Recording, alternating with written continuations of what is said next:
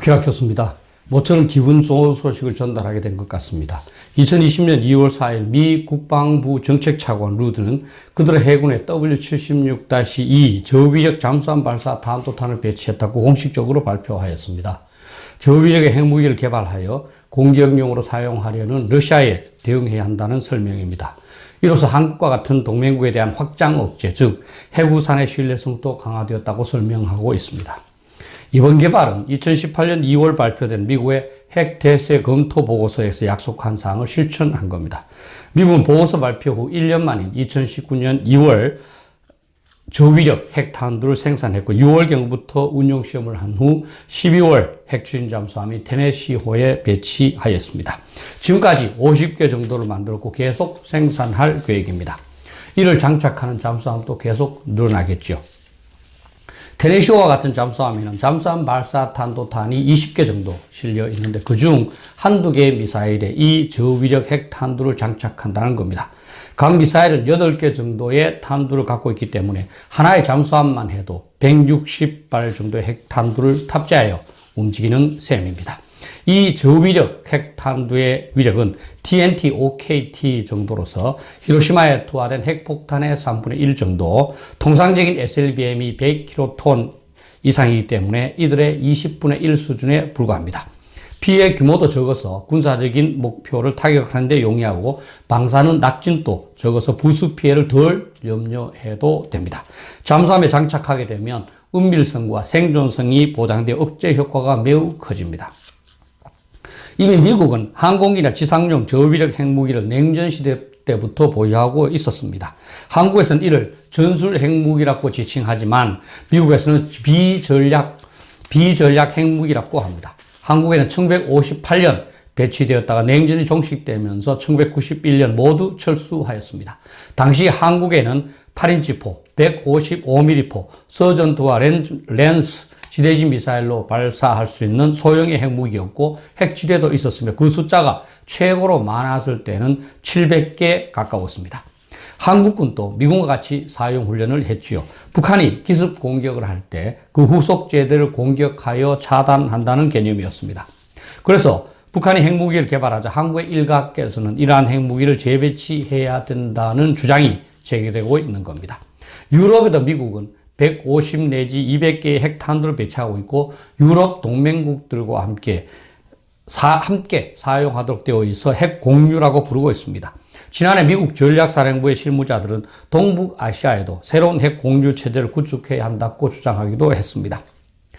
제2차 세계대전 시 핵무기를 처음 개발하였을 때는 전쟁에 사용하기 위한 목적이었고 실제로 일본에 대하여 사용하기도 했습니다. 그러나 수소폭탄의 개발로 그 위력이 너무나 커지자 반대로 사용이 어려워진 점이 있습니다. 워낙 참혹한 결과를 각오해야 하기 때문입니다. 미국과 러시아는 이 전략 핵무기의 상한선을 1550기로 합의한 상태인데 미국은 러시아가 이를 준수하지 않는 것으로 판단하고 있습니다. 이 협정은 2021년 2월 5일 종료되는데 미국이 연장을 하지 않을 가능성이 높습니다. 그렇게 되면 미, 러 양국은 핵 능력을 무제한 강화할 수 있게 되고 핵전쟁의 가능성도 높아질 겁니다. 이번에 미국이 저위력의 핵무기를 개발한 것은 러시아와의 협정에도 포함되어 있지 않지만 소형이라서 사용 가능성이 높아졌기 때문입니다. 미국은 중거리 미사일 제한협정에서도 탈퇴하였기 때문에 다양한 미사일로 이를 발사할 수 있습니다. 다만 지상무기나 항공용 저위력 핵무기는 그것을 배치해줄 국가와 협조가 필수적입니다. 그러나 잠수함용 저위력 핵무기는 그것이 불필요하고 전 세계 어디든 은밀하게 접근이 가능합니다. 저위력이라고 하지만 정밀 유도 기술이 반영되어 그 효과는 고위력 핵무기 못지않을 겁니다. 이번 미국의 저위력 SLBM 배치는 북한 김정은에게 경고하는 메시지가 큽니다. 그래서 그 배치 사실을 미국이 공개한 것 같습니다. 첫째, 김정은이 미국이나 미국의 동맹국에게 핵무기 공격을 가하면 저위력 핵무기를 그의 은신처에 두하여 그의 가족, 핵심 참모들을 일거에 사살하겠다는 메시지입니다. 김정은이 잠을 이루기 어렵고 자신의 목숨을 내놓지 않는 한 핵무기 공격을 감행하기 어려워집니다.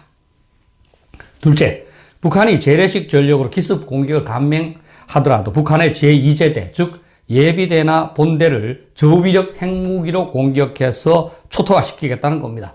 일부 전방부대가 돌파에 성공하더라도 후속 제대가 저위력 핵무기에 의하여 초토화되면 아무런 소용이 없기 때문입니다. 냉전시대에 한국의 핵무기를 배치한 목적이 이거였습니다. 셋째, 더욱 중요한 것은 중국에 대한 메시지입니다. 6.25 전쟁의 경우에서도 알 수 있듯이 한반도에서 전쟁이 발발할 때 미국에서 가장 걱정하는 것은 중국의 개입인데, 이번 저위력 핵무기를 사용하면 중국군의 개입을 일거에 차단할 수 있습니다. 6.25 전쟁에서도 메가더 장군은 중국의 개입을 차단하기 위한 핵무기 사용을 건의하기도 했습니다. 미국은 앞으로 핵무기를 장착한 잠수함 발사 순항 미사일을 배치함으로써 필요시 꼭 필요한 부분에만 핵 공격을 가할 수 있는 능력을 확보한다는 계획입니다. 북한이 아무리 핵무기를 개발해도 미 잠수함 한 척의 위력에도 미치지 못합니다. 이것을 보면 한미동맹이 얼마나 유용하고 이러한 수준으로 강력한 군대를 보유한 미국과의 동맹이라는 것이 얼마나 다행인지 모르겠습니다. 그런데 현 정부는 이 소중한 동맹을 자꾸 훼손하려 하니 답답할 뿐입니다. 감사합니다.